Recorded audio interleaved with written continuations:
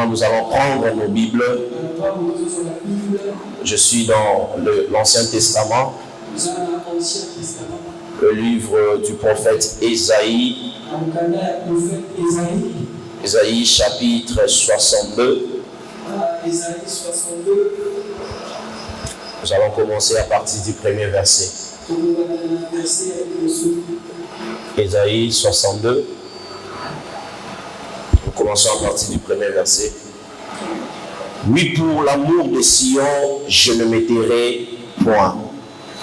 Et pour Jérusalem, je ne me donnerai aucun repos, jusqu'à ce que sa juste délivrance brille comme l'aurore et son salut comme un flambeau qui brille. Alors les nations pourront voir comment justice t'aura été faite.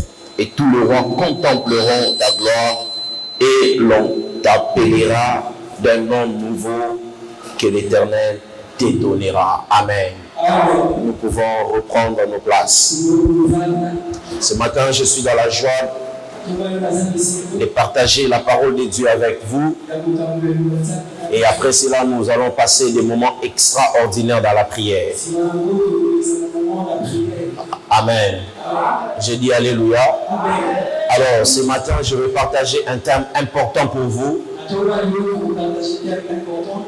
Et pour moi aussi également. Et ensuite, tous nous allons nous plonger dans la prière. Je parlerai des 4 raisons pour lesquelles il faut prier longtemps. Alléluia. Alors que plusieurs personnes pensent que prier longtemps, c'est passer le temps vainement.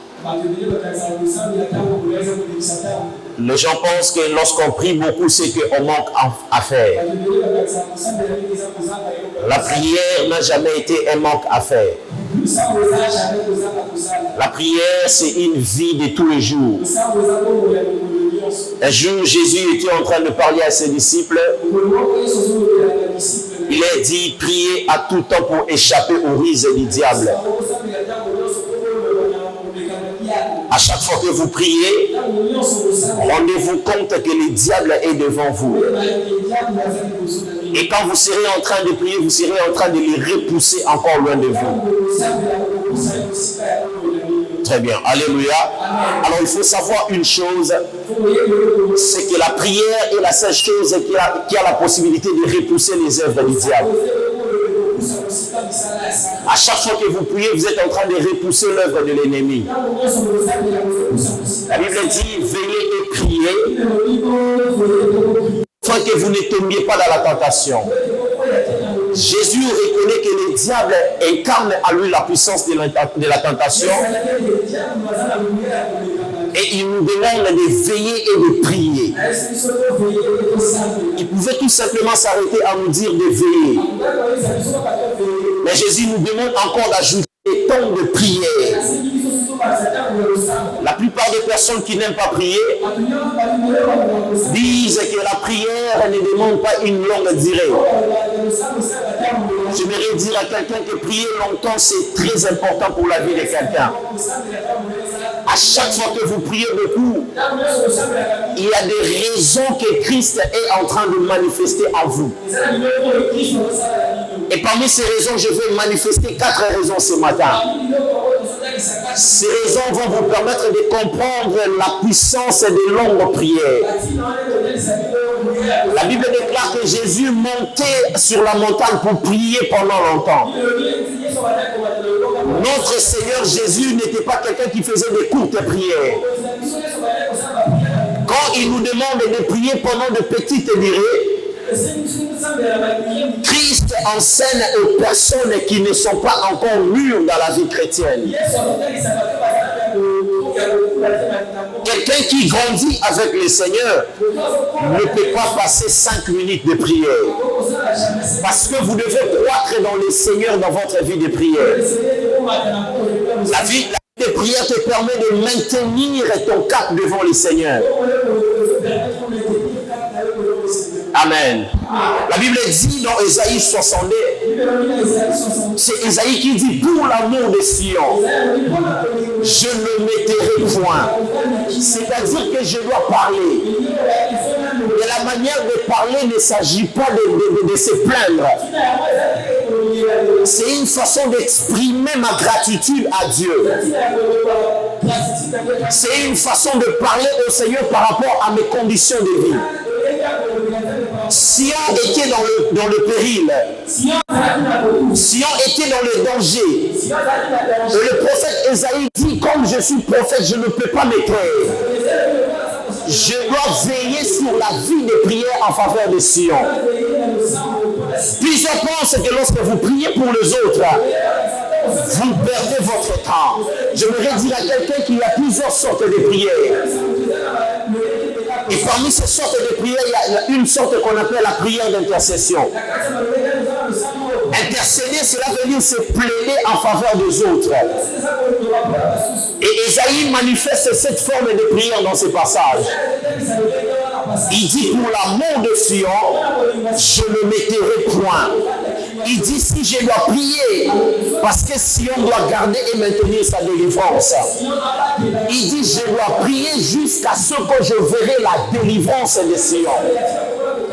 Si je ne vois pas la délivrance, je ne peux pas me permettre de me taire. Je dois continuer à prier. Et rapidement, parce que cet enseignement sera un peu long ce matin. La première raison qu'il faut prier longtemps, c'est que dans la vie, tous, nous n'avons pas le même combat. Si vous devez prier pendant plusieurs temps, si vous devez prier pendant longtemps, cela veut dire que vous n'avez pas le même combat que les autres. Tu dois comprendre que mes combats ne sont pas les tiens. Tes combats ne sont pas les combats de ton voisin. Tu dois prier pas comme tes voisins. Tu dois prier pas comme ton père. Tu dois prier pas comme ta mère. Tu ne peux pas prier comme ta soeur ou ton frère. Parce que vous pouvez être de la même famille, mais vous n'avez pas le même combat de la vie. Parce que lorsque nous venons sur la terre, tous nous possédons des destinées. Mais nos destinées sont différentes des autres. Il faut comprendre que ce que toi tu possèdes, ce n'est pas les mêmes choses que ton voisin possède. Et si tu dois prier, tu ne dois pas prier comme ton voisin. Parce que tes combats ne sont pas les combats de ton voisin. Tes combats ne sont pas les combats de ta famille. Tu dois comprendre que tu as tes propres combats à toi. Tu dois faire une différence entre tes moments de prière et le moment de prière des autres. Parce que ce que toi tu possèdes, ce n'est pas ce que les autres possèdent aussi. Tu dois comprendre que ta manière de prier doit être différente. Pourquoi tu pries comme tout le monde? Tu ne dois pas prier comme tout le monde parce que tu n'as pas le même combat que les autres. Je vais donner une illustration rapidement. Exode chapitre 17, le verset 15. La Bible parle d'Israël et face aux Amalécites. La Bible dit Israël était attaqué par Amalek. Israël ne pouvait pas comprendre une chose. La Bible dit pendant que Israël s'est fait attaquer par Amalek, Israël était fatigué. Israël était par terre. Israël était complètement fatigué. La Bible dit pendant la fatigue d'Israël, Amalek est venu par derrière pour attaquer Israël. Alors que Israël ne pouvait pas voir ce combat. Parce qu'Amalek n'est pas venu devant lui, mais il est venu par derrière. Et Israël, la Bible dit, il a lancé un défi. C'est que Israël a mis Josué sur le terrain pour combattre Amalek. Mais Israël va placer le prophète Moïse sur la montagne. La Bible déclare que Josué était en train de combattre Amalek physiquement. Mais Moïse ne combattait pas physiquement. Moïse était dans la prière. Il y a des combats qu'il faut parler des fois. Mais il y a d'autres combats qu'il ne faut jamais parler, il faut prier. Parce qu'à force de parler, tu seras en train de monter les taux de ce combat. Au lieu de parler, il faut prier. Israël avait compris que le combat était physique en même temps spirituel. C'est pourquoi ils ont envoyé Josué pour combattre. Mais Moïse est resté sur la montagne pour prier. La Bible dit que pendant que Moïse était en train de prier, à chaque fois qu'il levait ses mains, Israël était en train de vaincre. Mais à chaque fois que Moïse baissait ses mains, Israël était en train de perdre. La Bible dit ceci. On a envoyé Aaron et Hur pour soutenir les mains de Moïse. Parce que Moïse était fatigué. Amalek n'était pas combattu avec Israël, contre Israël pendant 1 heure, 2 heures. La guerre n'était pas pendant 2 heures, 3 heures. C'était la guerre de jour et de jour. Et la Bible dit à chaque fois que Moïse baissait ses bras, Israël était en train de perdre. Mais à chaque fois que les deux bras de Moïse étaient levés, Israël était en train de rapporter la victoire. Ce qui veut dire ceci, que nous n'avons pas tous le même combat dans la vie. Nous n'avons pas tous la même manière de combattre dans la vie. Si tu dois combattre cette fois-ci avec la parole, tu dois comprendre que l'autre jour, tu ne dois pas parler, tu dois prier. Parce que les combats spirituels ne se gagnent pas en parlant. Mais les combats spirituels, nous les gagnons par la prière. Si tu veux gagner le monde des ténèbres, à force de parler, tu ne vaincras jamais. Parce qu'on n'a pas tous le même combat. Tu dois comprendre une chose, que dans la vie, nous n'avons pas tous le même combat. Réalité de vie. On n'a pas tous les mêmes circonstances de la vie.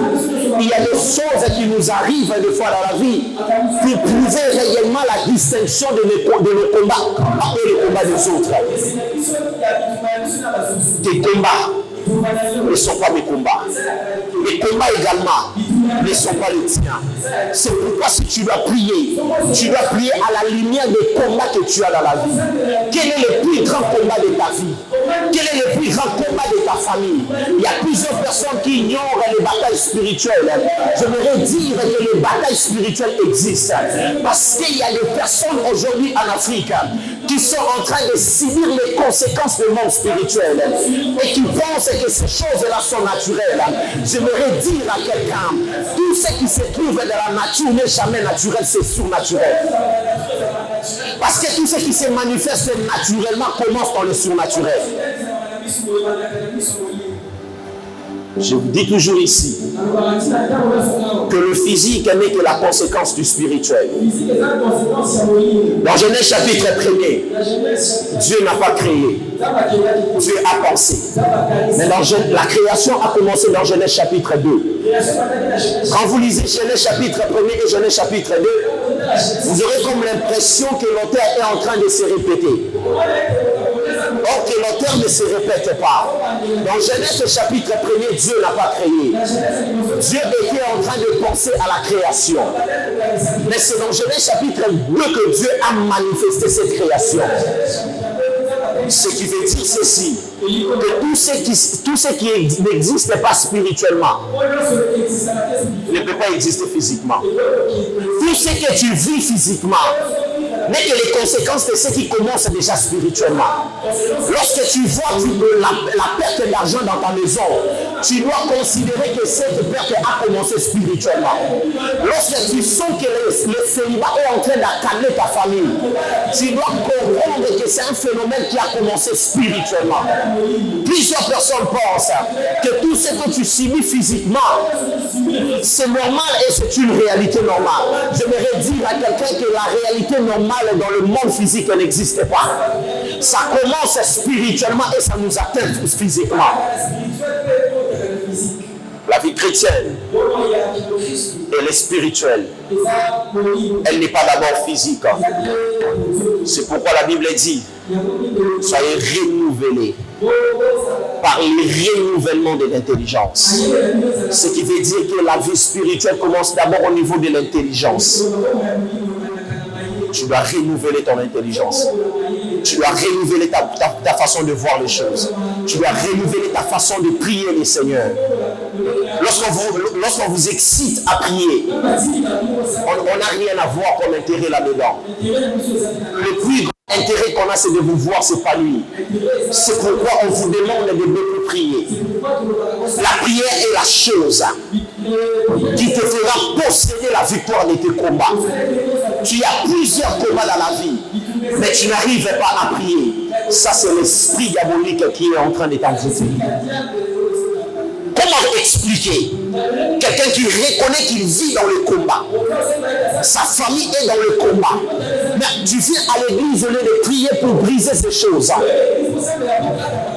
Vous n'arrivez pas à prier. Moi, j'ai vécu dans une famille.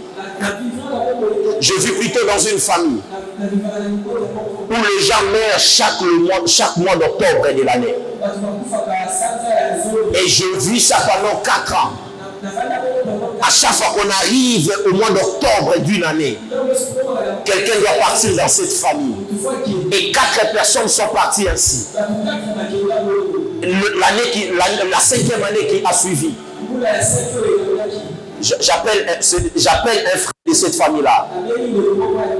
Je lui dis, vous étiez au nombre de 6. 4 sont partis. Vous êtes restés à 2. Cette année, si vous ne faites pas attention, quelqu'un d'autre va partir. Il m'a dit, Apastati, quand même, il n'a pas cru à ces choses. C'est moi là. Lui-même est parti. Je me suis dit, on va se retrouver au ciel ou en enfer. Moi, je serai au ciel, toi, tu seras en enfer, peut-être. Parce que c'est impossible que moi, je sois en enfer. Oh, tu ne crois pas? Si toi, tu iras en enfer, tu ne me verras pas là-bas. Je lui ai dit, quand tu seras peut-être en enfer, pas au ciel avec moi, je te dirai tu es parti avant le temps. Parce que tu n'as pas compris les principes spirituels qui existaient dans ta famille. Amen. Alléluia. Si tu dois prier, c'est parce qu'on a tous les différents combats dans la vie. Ça, c'est la première raison. Tu dois comprendre que le combat de ta vie ne vient pas seulement dans le monde spirituel. Ça vient aussi par rapport à l'étoile que tu portes. C'est l'étoile que tu portes qui pousse les ennemis de s'approcher de toi. Plusieurs ne savent pas comment conserver leur étoile. Personne ne peut conserver son étoile avec son intelligence. Personne ne peut conserver son étoile avec sa sagesse. On ne conserve son étoile que dans la prière. Si tu veux conserver ton étoile, c'est dans la prière que tu peux conserver ça. Plusieurs ont vendu leur étoile parce qu'ils n'avaient pas la vie de prière en eux. La vie de prière, c'est la seule chose qui va maintenir ton étoile à briller. Deuxième raison, on prie beaucoup quand on a des promesses de Dieu non accomplies. Quand tu as des promesses de Dieu non accomplies dans la vie, c'est là qui pousse à beaucoup prier. Plusieurs pensent qu'on prie beaucoup parce qu'on manque à faire. Plusieurs pensent qu'on prie beaucoup pour fuir le devoir de la vie. Non, nous prions beaucoup parce que nous savons que nous vivons les promesses de Dieu. Mais ces promesses-là ne sont pas encore visibles. Ces promesses-là sont en train de marcher avec nous. Mais ces promesses-là ne sont pas encore visibles. Plusieurs pensent qu'on prie parce qu'on a plus de choses à faire. Mais j'aimerais te dire que tu dois beaucoup prier parce que tu as des promesses de Dieu qui ne sont pas encore accomplies. Tu dois prier jusqu'à ce que ces promesses s'accomplissent. Tant que ces promesses ne sont pas encore accomplies, comment tu vas cesser de prier? La Bible dit ceci: pour l'amour de Sion, je ne mettrai point. Pour l'amour de mes promesses, je ne mettrai point. Pour l'amour de ma destinée, je ne cesserai pas de prier. Pour l'amour d'accomplissement des promesses de Dieu, je n'arrêterai pas de prier. Je prie parce que les promesses doivent s'accomplir. Tant que je ne vois pas l'accomplissement, je ne peux pas m'arrêter de prier. Prie jusqu'à ce que tu verras les promesses de Dieu s'accomplir. Tu n'as même pas vécu un quart de tes promesses, mais tu commences à te fatiguer à prier. Comment tu peux te fatiguer à prier le Seigneur pendant que les promesses ne sont pas accomplies? Qu'est-ce que Dieu a dit sur ta vie? Quelles sont les promesses de Dieu que tu incarnes? Moi là, je n'ai pas intérêt de cesser de prier tant que je n'ai pas encore accompli des campagnes d'évangélisation. Tant Tant que je n'ai pas encore converti les âmes par la grâce de Dieu, je ne mettrai point au nom de Jésus. Tant que je ne vis pas encore le grande promesse de Dieu, je ne mettrai jamais pour prier. Il faut prier jusqu'à ce que tu vois que les choses sont claires. Tant que les choses ne sont pas claires, comment tu peux t'arrêter dans la vie de prier? Prie jusqu'à ce que tu verras les promesses de Dieu s'accomplir. Tant que les promesses de Dieu ne sont pas accomplies, comment tu peux arrêter de prier? Tant que les promesses de Dieu ne sont pas encore visibles, comment tu peux t'arrêter de prier? Plusieurs pensent qu'avoir un travail, c'est fini. J'aimerais dire à quelqu'un, le travail n'est pas la finalité. Le mariage n'est pas la finalité. L'élévation n'est pas la finalité. La finalité, c'est la grande promesse. Tant que Jésus n'est pas encore revenu, je continuerai à prier parce que ça fait partie des promesses de ma vie. Tant que le Messie ne m'a pas encore enlevé, je ne m'arrêterai pas de prier. Les promesses de Dieu doivent s'accomplir dans ta vie. Tu es encore étudiant, tu es encore élève, tu travailles encore dans une petite entreprise et tu veux t'arrêter de prier. Ça, c'est une erreur que tu es en train de commettre. La prière, c'est une vie. Tant que je ne vois pas les promesses de Dieu, je n'arrêterai jamais de prier. La Bible déclare qu'il y a un homme qui est prophète. Cet homme s'appelle le prophète Élie. Le prophète Élie vient en Israël. Il dit, sinon à ma parole, il n'y aura plus de pluie en Israël. Élie a arrêté l'atmosphère de la pluie en Israël. Quelques temps plus tard, la Bible dit la sécheresse a commencé à frapper Israël. Élie se décide quand même de déclencher la pluie. La Bible dit, Dieu dit, il y aura de pluie en Israël. Élie a reçu la promesse de la pluie. Élie n'a pas arrêté de prier. La Bible dit, Élie priait pour que la pluie tombe. Élie priait pour que la pluie tombe. Il prie la première fois. Il demande à son serviteur, va voir s'il y a les signaux de la pluie. Le serviteur revient, il dit, maître, il n'y a pas de signe. Élie continue pour la deuxième fois. Il envoie son serviteur. Il dit, maître, il n'y a pas encore de signaux. La Bible dit, Élie a prié jusqu'à la 7e fois. Quand il arrive à la 7e fois, la Bible dit, il envoie son serviteur. Son serviteur est sorti pour voir. Il rentre en disant, maître, il y a un signe. Il y a un signe. J'ai vu le nuage dans le ciel. J'ai vu le nuage s'annoncer dans le ciel. Quand le serviteur dit cela à Élie, Élie lui dit, il se fait un bruit qui annonce la pluie. Élie n'a pas entendu le bruit. Élie a envoyé son serviteur. Son serviteur a vu le nuage. Mais Élie est en train de dire, il s'est fait un bruit qui annonce la pluie. Un homme de prière est capable d'annoncer prophétiquement l'accomplissement de ses promesses. Lorsque tu ne sens pas encore la promesse, mais tu as la possibilité de dire, je sens c'est comme si mes promesses veulent s'accomplir. Parce que la prière te donne l'espoir avec Dieu. La prière te donne l'espoir de persévérer même si tu ne vois pas encore l'accomplissement. Tu es prêt à aller jusqu'où pour payer les prix en faveur de ta destinée. Il dit, c'est fait un bruit qui annonce la pluie. Il continue à prier. Il continue à demander à Dieu que ses promesses s'accomplissent. Habakkuk dit, je reste à mon poste. Si tu es à ton poste, sois éveillé et sois un homme de prière. On n'attend jamais les promesses de Dieu avec des plaintes. Oh Seigneur, j'ai comme l'impression que tu m'as abandonné. J'ai comme l'impression que mon mariage est en train de tarder. J'ai comme l'impression que les autres travaillent, moi je ne travaille pas. J'ai comme l'impression Que les autres soient en train de prospérer, moi je ne prospère pas. Ça, ce n'est pas une attitude de quelqu'un qui attend les promesses de Dieu dans la prière.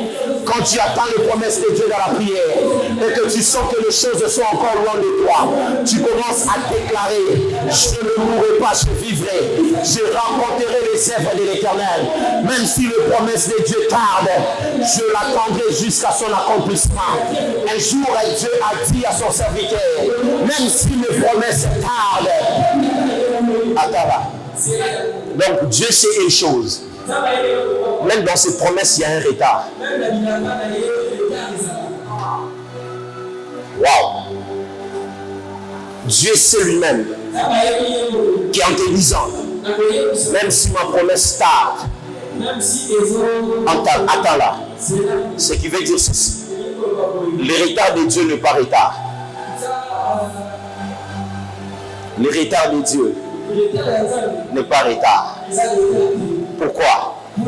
Parce que quand Dieu est en train de retarder les choses, c'est qu'il est en train de te préparer pour la promesse.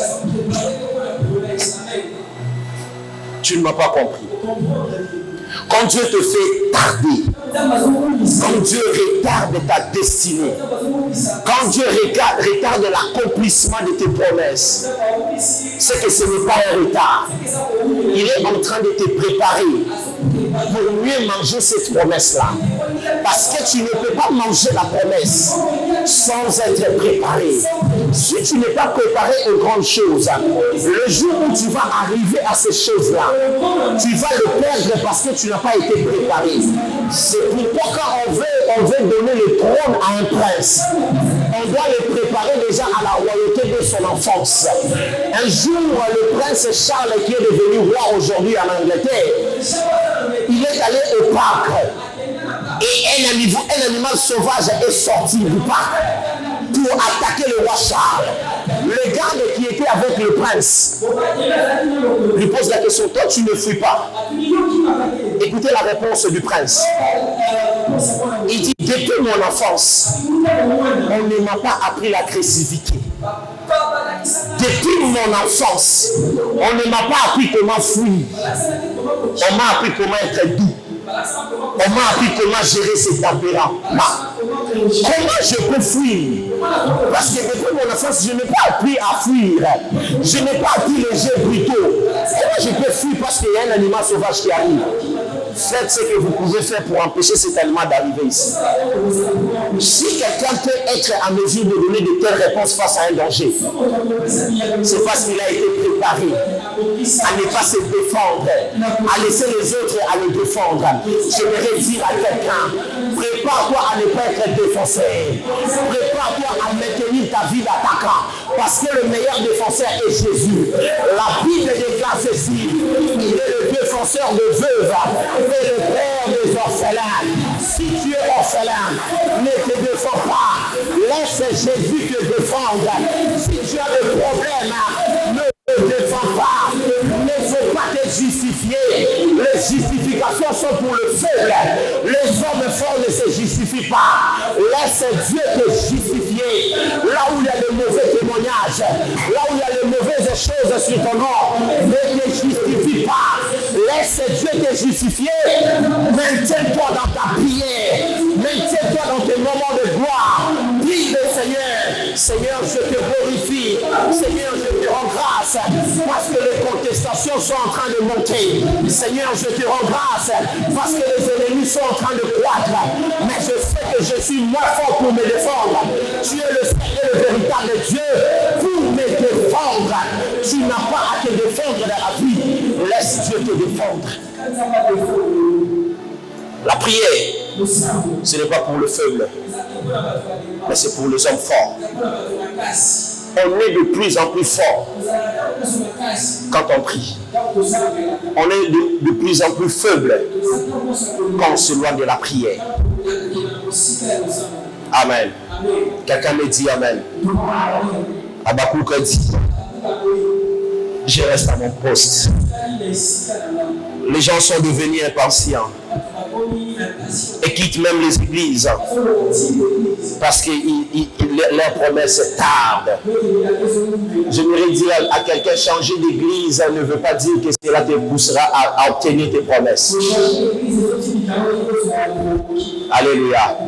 Il y a 3 dimensions d'exaucement de Dieu.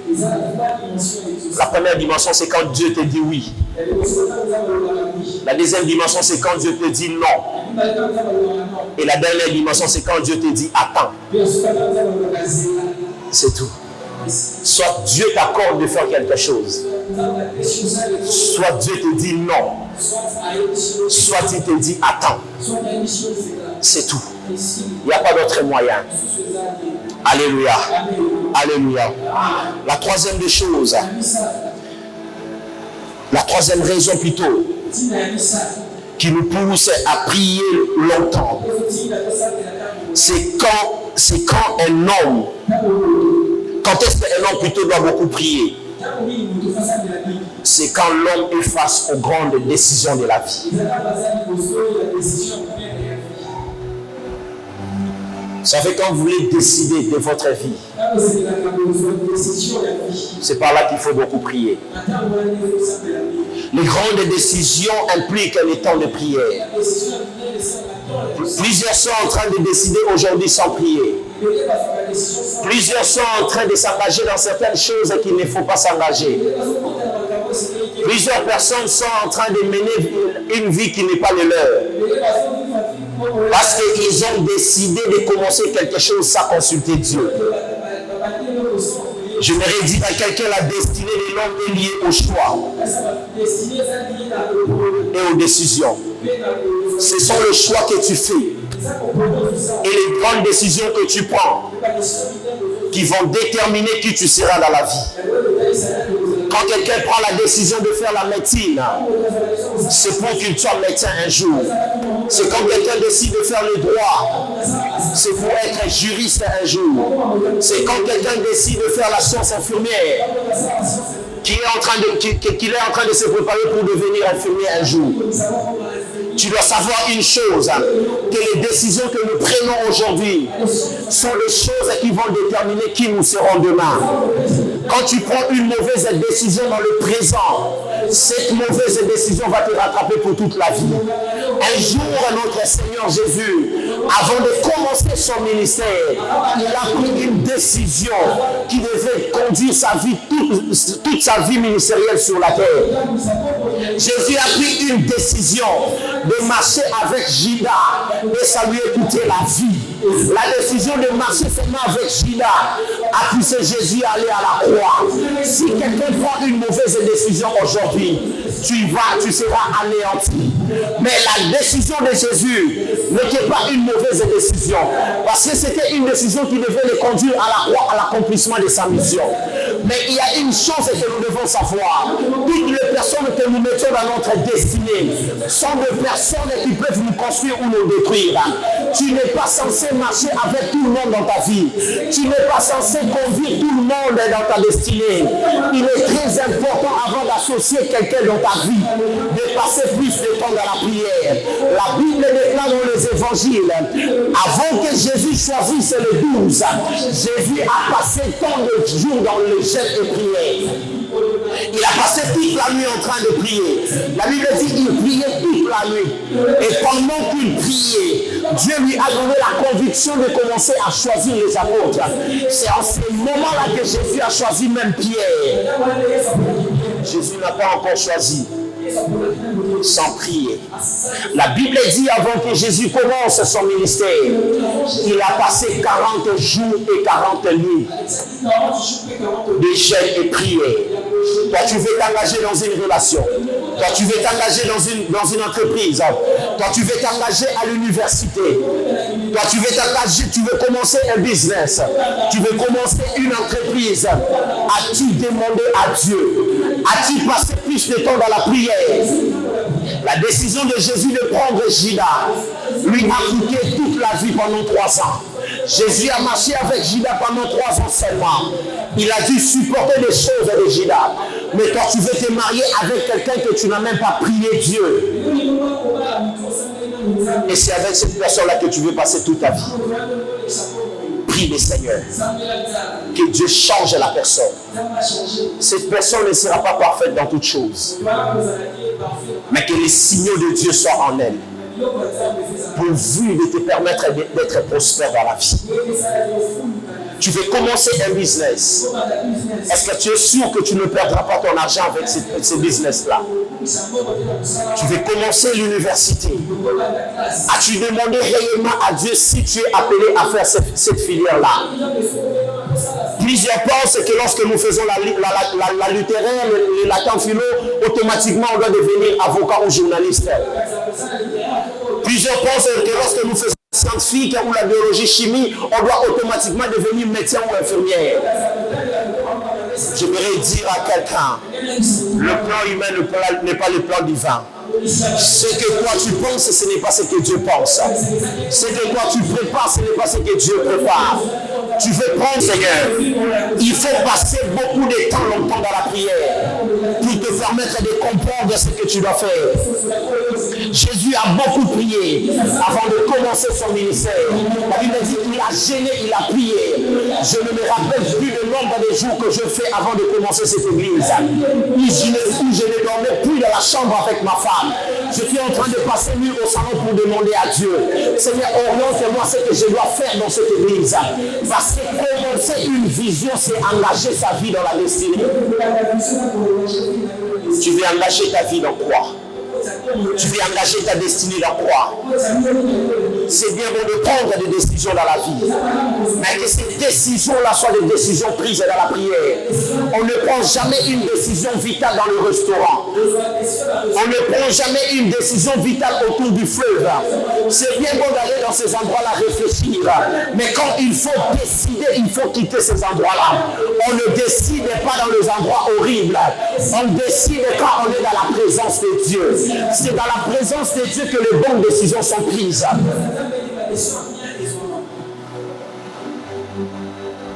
Un homme te drague. Je l'apprécie beaucoup. Il est beau. Il est intelligent. Il est ceci. Mais est-ce qu'il est spirituel?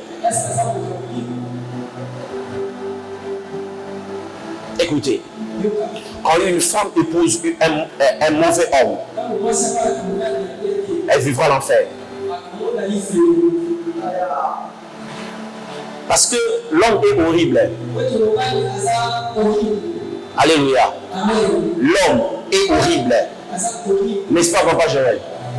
N'est-ce pas, papa fils? L'homme est horrible. La femme a un cœur de supporter. L'homme ne supporte pas certaines choses. Et quand tu veux t'engager là, es-tu sûr que c'est une bonne personne? C'est parce qu'il a l'argent. C'est parce qu'il a des voitures. C'est parce qu'il a des maisons que tu veux l'épouser. Il vaut mieux épouser quelqu'un qui n'a rien, mais qui a les promesses de Dieu. Il vaut mieux épouser quelqu'un qui n'a rien, mais qui a une vie digne devant Dieu. La vie sur la terre, c'est une vie de décision. La décision que tu prends aujourd'hui va déterminer qui tu seras dans l'avenir. Si tu prends la décision de marcher avec les mauvais amis, avec la mauvaise compagnie aujourd'hui, c'est ta destinée que tu es en train de mettre en valeur. J'aimerais te dire ce matin, il n'y a pas mieux de prendre une décision que dans la présence de Dieu.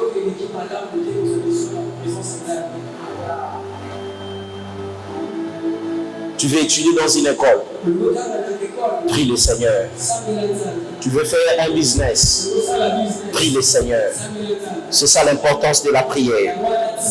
C'est ça l'impact de la prière. La prière te permet de prendre de bonnes décisions. Personne ne peut regretter de prendre une décision dans la présence de Dieu. Personne. Si tu ne veux pas regretter dans la vie, prends des décisions dans la prière.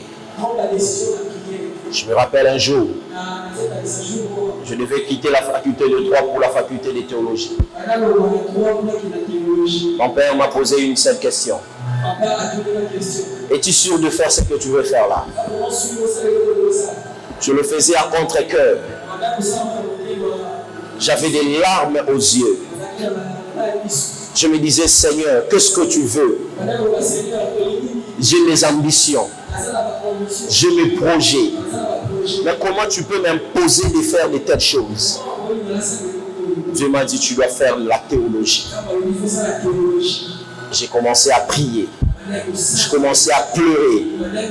À la fin de compte, j'ai pris la décision. Le bon et le meilleure relation que j'ai aujourd'hui, c'est grâce à la faculté de théologie. Ce n'est même pas grâce à la faculté de droit, mais grâce à la faculté de théologie. Il y a un pasteur que je ne peux pas citer son nom. Si aujourd'hui il a 100 membres dans son église, 80 membres sont les amis de l'UPC. Les amis avec qui il a étudié à l'UPC. Ce qui veut dire que le petit choix que tu trouves petit là, c'est un choix qui peut déterminer ta destinée.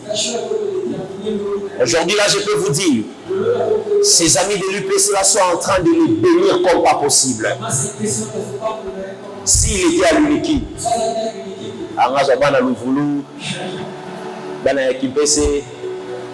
et puis sa vie là, ça allait rester comme ça. Pourquoi? Une seule voix de Dieu suffit pour te conduire dans ta destinée.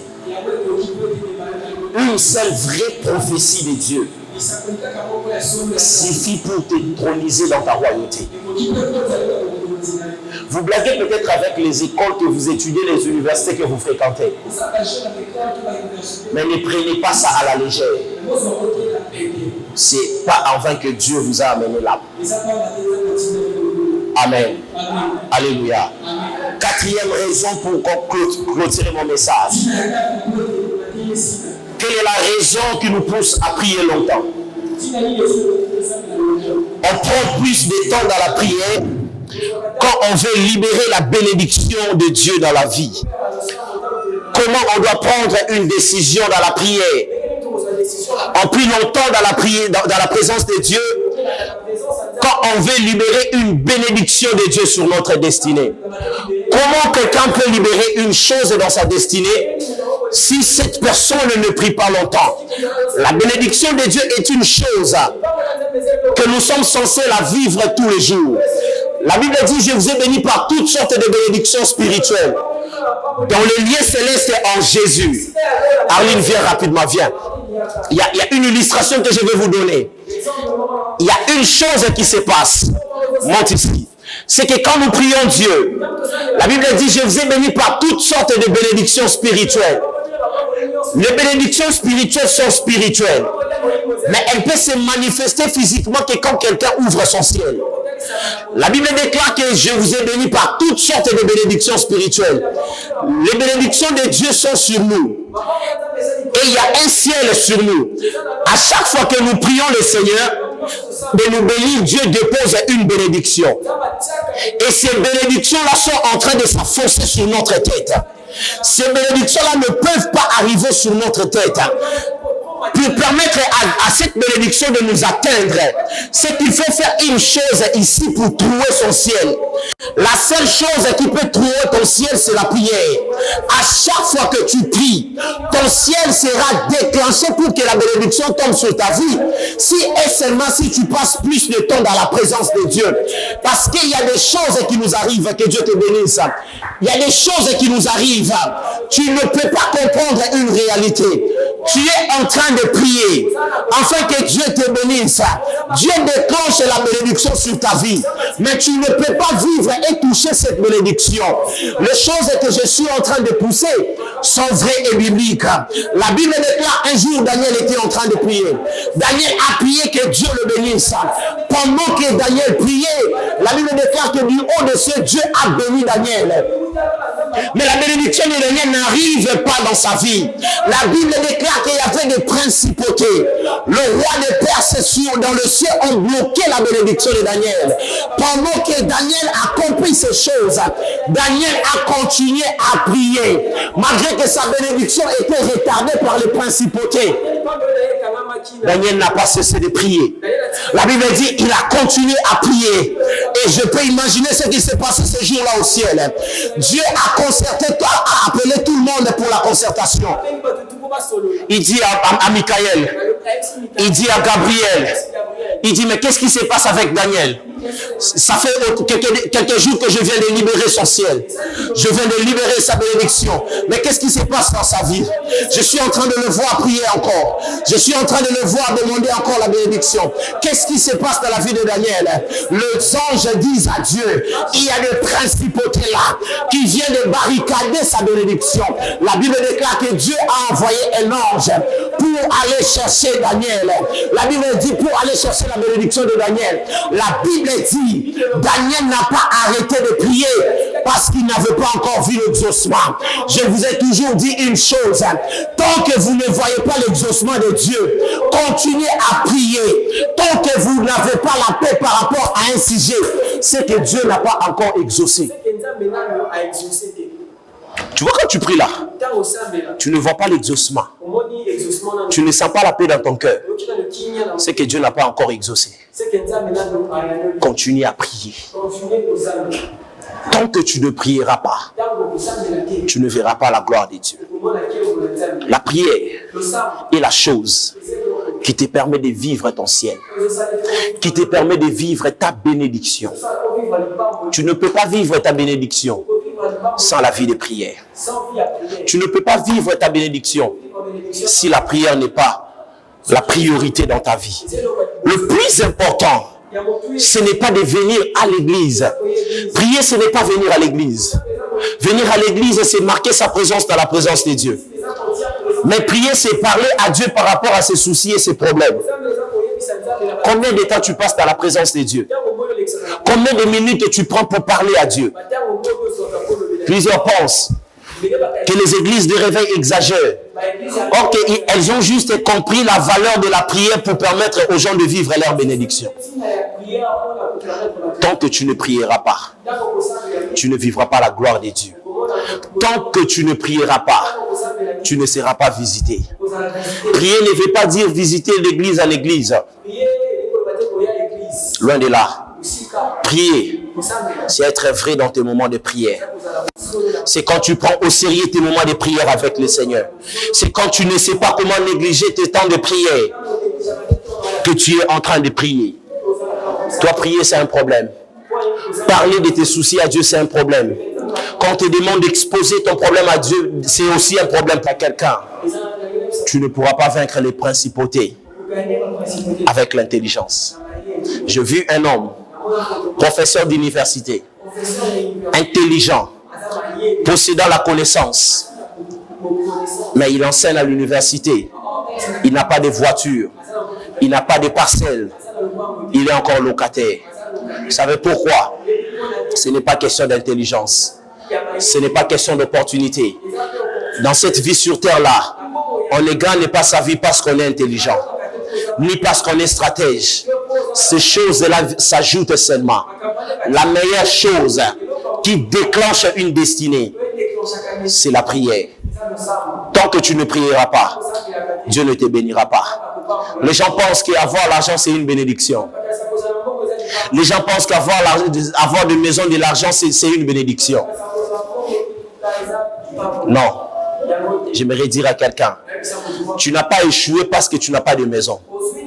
Tu n'as pas échoué parce que tu n'as pas de voiture. Tu n'as pas échoué parce que tu n'as pas de diplôme. Mais tu échoues quand tu n'as pas Jésus. Parce que il y a une vérité que nous devons savoir. C'est que la réussite ne dépend pas d'abord de ce que tu possèdes. Mais la réussite dépend de ton identité en Jésus. Quand spirituellement tu n'es pas clair, quand spirituellement tu n'es pas fort, tu ne pourras jamais arriver à réussir. La réussite ne dépend pas des acquisitions de biens que tu as. Ce n'est pas parce que tu as acquis des biens que tu as réussi dans la vie. Non, c'est parce que tu es dans le Seigneur que tu as réussi. Si avoir des voitures, des maisons, c'était la réussite, Zachée ne pouvait pas demander encore la bénédiction. Zachée ne pouvait pas demander encore la grâce de Dieu dans sa vie. s'il a demandé ces choses, c'est parce qu'il savait très bien qu'il n'était pas béni. Je vais prendre un exemple rapidement et puis nous allons prier. La Bible dit ceci.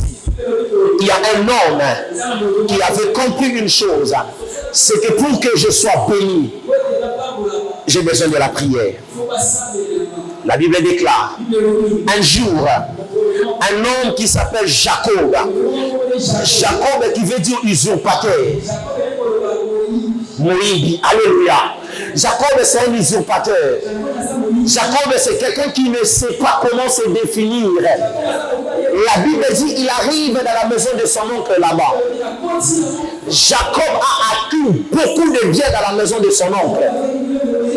Parce qu'à ce temps-là, pour être riche, c'était déterminé par rapport au nombre d'animaux que tu avais. Et Jacob avait plusieurs animaux tachetés et de bonne qualité. Si c'était sur le plan marital, Jacob avait 2 femmes et 2 servantes. Jacob était satisfait sur le plan mariage. Si c'était sur le plan maternité, Jacob à cette époque-là, il avait déjà autant de fils. Il ne pouvait plus s'en inquiéter. Si c'était en termes d'argent, Jacob avait beaucoup d'argent à cette époque-là. Ce qui veut dire que Jacob ne manquait absolument de rien. Mais un jour, il se rend compte que malgré tout ce qu'il avait acquis dans la vie, il était toujours pauvre.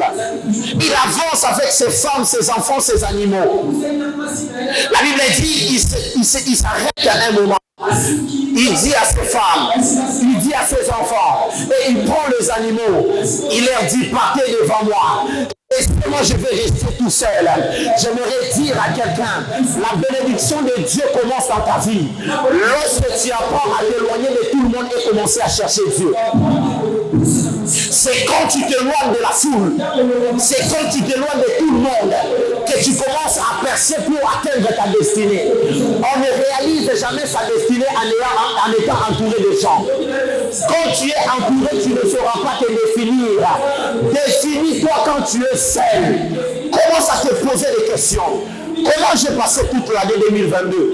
Je suis arrivé en 2023. 2023 est en train de tendre vers sa fin. Comment je suis en train de passer mon année 2023? Qu'est-ce que je dois faire en 2024? C'est en étant seul, en train de réfléchir, que tu seras en train de comprendre que la bénédiction est en train de s'approcher de toi. Jacob, il dit Seigneur, j'aimerais d'abord rester avec toi. Il y a des choses qui ne vont pas bien. Je sais que je suis béni.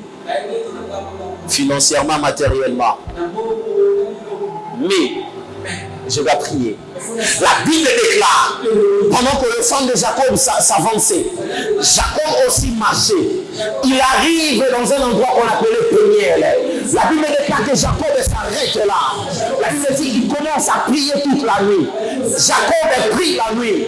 Et pendant qu'il priait, un ange de Dieu est venu pour combattre Jacob. La Bible dit Jacob a combattu aussi cet ange. Jacob se battait avec l'ange. La Bible déclare que l'ange a commencé à frapper Jacob. Jusqu'à ce que l'ange va toucher une partie sensible du corps. Il va frapper Jacob à la hanche.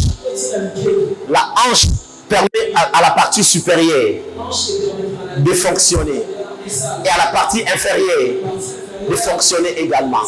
L'hanche est la partie centrale du corps humain. Mais comment expliquer que l'ange ne frappe pas Jacob au bras? Il pouvait le frapper au pied, mais il le frappe à la hanche. Il veut lui dire ceci.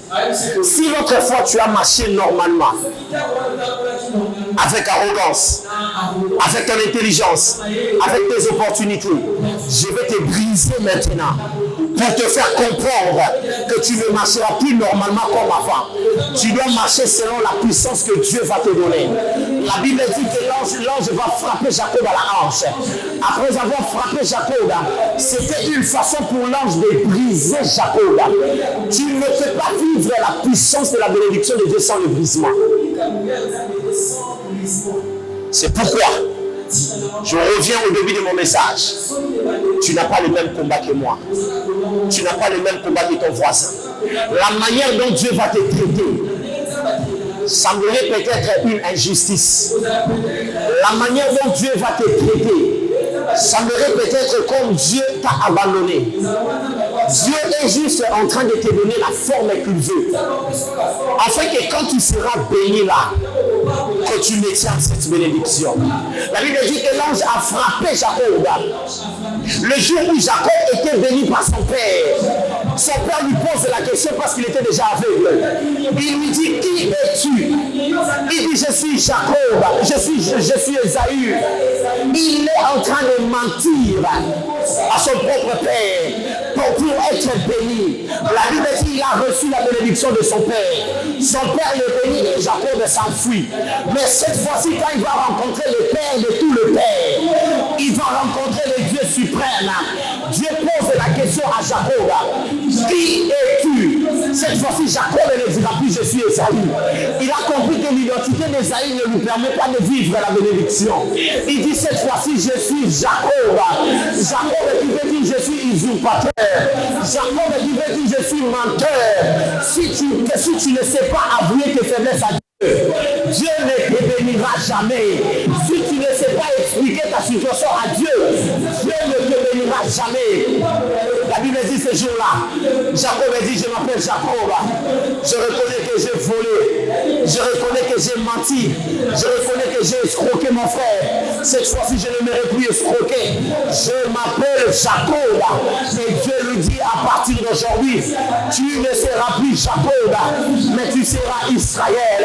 Pourquoi Dieu donne le nom d'Israël? Parce qu'il y a une dimension dans ce nom Israël. Israël, c'est la partie physique.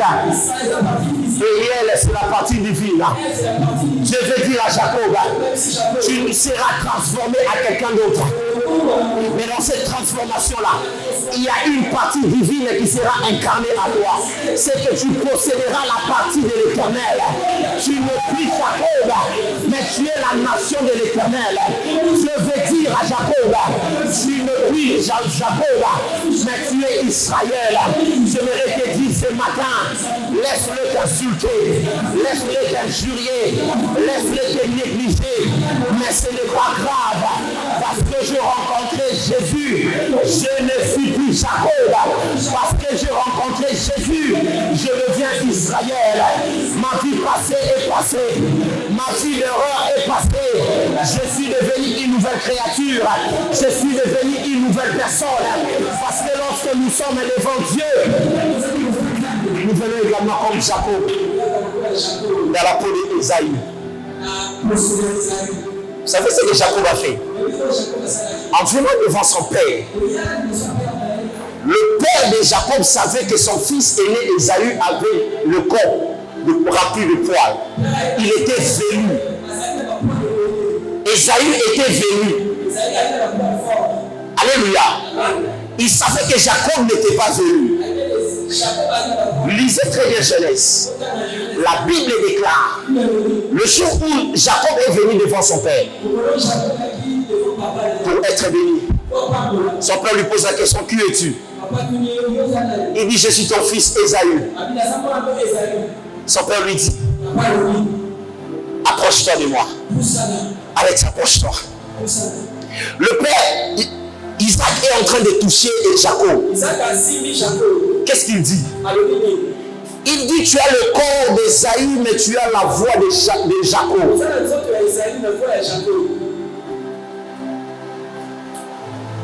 Il dit, mon fils, je te touche.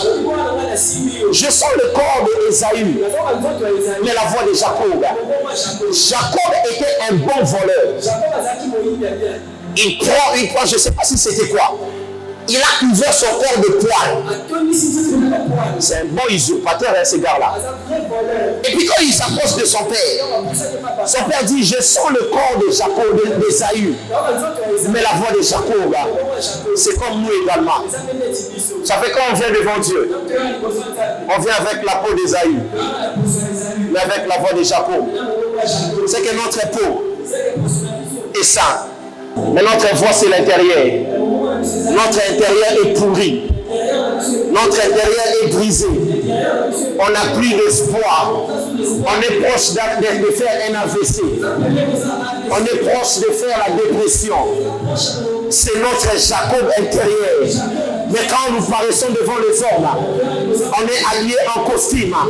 On est parfaitement en bonne santé. J'aimerais dire à quelqu'un, présente-toi devant Dieu comme Jacob. Père, je viens dans ta présence, bien habillé, mais il faut regarder dedans. Il faut regarder mon cœur. Je n'ai pas encore mangé. Je n'ai pas encore de travail. Je n'ai pas encore de mariage. Je n'ai pas encore fini les études. Fais de moi ce que tu veux. La Bible déclare, malgré que Isaac avait de confusion, le corps d'Esaïe, la voix de Jacob, la Bible dit, approche-toi mon fils. Isaac a commencé à bénir son fils. Après avoir béni Jacob s'est enfui. Il est parti et cette bénédiction est devenue réelle dans sa vie. J'aimerais dire à quelqu'un, rassure-toi que les hommes aussi doivent voir plus l'intérieur que ton intérieur. Quand tu es avec les gens, fais semblant que tout va bien. Mais quand tu sais que ça ne va pas, il ne faut pas te plaindre devant les hommes. Pas te plaindre devant Dieu. Le plainte devant les hommes ne te donnera rien. Mais quand tu te plains devant Dieu, Dieu t'enverra Samuel. Anne ne se plaignait pas devant Elkana, son mari. Elle se plaignait devant Dieu. Vous savez, quand vous êtes en couple avec quelqu'un, dans le mariage, une femme qui ne conçoit pas, elle dit à son mari, chéri, j'en ai marre, j'ai besoin d'un enfant, mais je suis stérile. C'est ça. Mais avec Anne, ce n'était pas le cas. Anne ne pouvait pas dire ça à Elkana. Anne n'avait que Dieu. Même si tu as des parents riches, mets ça dans ta tête. Papa peut mourir. Maman peut mourir. Tu n'as personne. Tu n'as que Dieu. La Bible dit, maudit soit l'homme qui se confie à l'homme. Mais quand on ne se confie pas à l'homme et qu'on se confie à Dieu, qu'est-ce qui nous arrive en retour? Nous sommes bénis. Nous sommes dans la joie. Nous sommes dans la paix. Parce que Jésus nous bénit. J'aimerais dire à quelqu'un, David a dit, je te gêne. Je vieillis. Je n'ai jamais vu un juste être abandonné. Ni même son fils manquer du pain. Donc si le fils d'un juste ne peut pas manquer du pain, c'est que Dieu te donne le pain quotidien. C'est pourquoi le pain quotidien, nous le recevons que dans la prière. Jésus dit ceci. Quand vous priez, dites à notre Père qui est aux cieux, que ton nom soit sanctifié, que ta règne vienne, que ta volonté soit faite sur la terre comme au ciel. Donne-nous notre pain quotidien. C'est-à-dire, tu ne reçois pas l'argent parce que tu travailles. Tu ne perçois pas l'argent parce que tu bosses. Tu perçois l'argent parce que tu pries. Tu n'as pas compris. La Bible dit, le psalmiste dit, l'Éternel donne du pain à ses bien-aimés pendant leur sommeil. C'est quand tu dors là que Dieu vient te donner l'argent. C'est quand tu dors là que Dieu vient te visiter. Hier, j'ai passé toute ma journée ici au bureau. Je n'avais presque rien. J'étais en train de me demander, Seigneur, comment je vais faire la semaine qui commence? J'ai dit, Seigneur, tu sais, c'est toi qui donnes du pain à tes bien-aimés pendant leur sommeil. Donne-moi mon pain que tu avais prévu la nuit, que tu m'avais donné la nuit. Il faut changer la manière de prier. Merci. Non, ces prières-là, il faut laisser. On rendra toujours grâce à Dieu. Parce que nous sommes grands devant Dieu par rapport à ce qu'il nous fait. Mais il faut changer quand même la manière de prier. Moi, j'ai changé ma manière de prier quand je suis dans la crise financière. J'ai dit, Seigneur, donne-moi le pain quotidien. Alors que j'étais ici au bureau en train de préparer cette prédication. J'ai dit, ok, je vais patienter 1 heure. 1 heure, pas de message. 1 heure, pas d'appel. Je me suis dit que je commence à appeler ou pas. J'ai dit non, je n'appelle pas. Je prends un autre passage du psalmiste. Le psalmiste dit que l'argent de méchants, c'est notre argent. J'ai dit, Seigneur, envoie-moi un méchant. J'ai besoin d'argent. Écoutez, Mbongo ya maquillé à la raté. L'argent vient de la banque. L'argent, il y a maquillé à la raté. Oh, ça c'est l'argent d'un occultiste. Oh, ça c'est l'argent d'un pasteur. L'argent qui sort de ma poche et l'argent qui sort de ta poche, c'est le même argent. C'est le même billet. Et si quand nous plaçons tous nos offrandes ici, qu'est-ce qui prouve que ça c'est le billet du pasteur, ça c'est le billet du diacre, ça c'est le billet de l'ancien? L'argent du sang n'existe pas. L'argent n'a qu'un esprit. Soit c'est l'esprit du sacrifice, soit c'est l'esprit de Dieu. Tout l'argent est l'argent. Moi je dis à Dieu, Seigneur, même l'argent du méchant c'est mon argent aussi. Envoie-moi un méchant. Pas plus tard, après 30 minutes, je vois une méchante m'appeler. Hey papa, ça fait longtemps hein. Ah, j'ai dit ça va maman, nous sommes là. Mais si tu savais que tu es la méchante que Dieu m'a envoyée, tu ne pouvais pas appeler.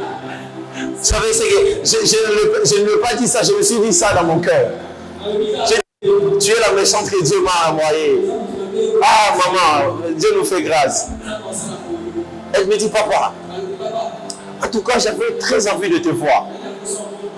J'ai dit, maman, je suis très disponible. Aujourd'hui, nous sommes samedi et d'ailleurs les après-midi. Donc, je suis libre jusqu'à 19h, je dois rentrer pour préparer les cultes. Elle me dit, papa, je ne veux pas vous prendre trop de temps. Juste même 5 minutes, passez seulement à la maison. Je dis, maman, dans 10 minutes, je serai là. Si j'avais la puissance de disparaître et d'apparaître là-bas, j'allais le faire. J'ai pris une moto jusqu'à Kassavou. J'arrive là. J'ai dit, bon, maman, pas de trop de prières, j'ai prié toute la semaine. On va rendre grâce à Dieu, vous étiez en voyage, vous venez de rentrer, on va prier. Seigneur, je te bénis, je te rends grâce pour la vie de cette maman, blablabla, amen. Bon, maman, moi je rentre, je suis très fatigué, j'étais au bureau depuis le matin, il fallait recevoir, je ne reçois plus le mercredi, parce que j'ai quelques interventions le mercredi. Alors, c'est aujourd'hui que j'ai reçu au bureau. Donc, je me sens fatigué. J'étais venu juste prier pour vous. Le voyage s'est bien passé. Mais je suis en train de voir des visas devant vous. Je vois le visa du Canada et je vois le visa de la France.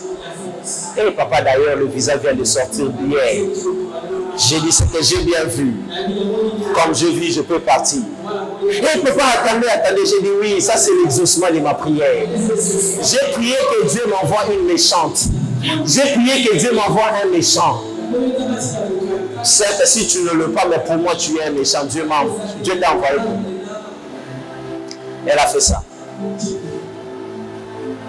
Un seul billet. Je me suis dit, si ce n'est pas 20 $, si ce n'est pas 10 $, si ce n'est pas 5 $, si ce n'est pas 50 $, c'est que c'est 100 $. Donc, vous avez 1000 francs. Vous avez 10 000 francs. Donc, cette maman ne peut pas me déplacer pour 10 000 francs. J'ai dit, moi aussi, je ne regarde pas. J'ai fait entrer. Moto, YOLO. Je rentre à la maison. J'ai dit gloire à Dieu. Je remets. Mais ne venez pas me chercher après la prière. Parce que je l'ai déjà dépensé.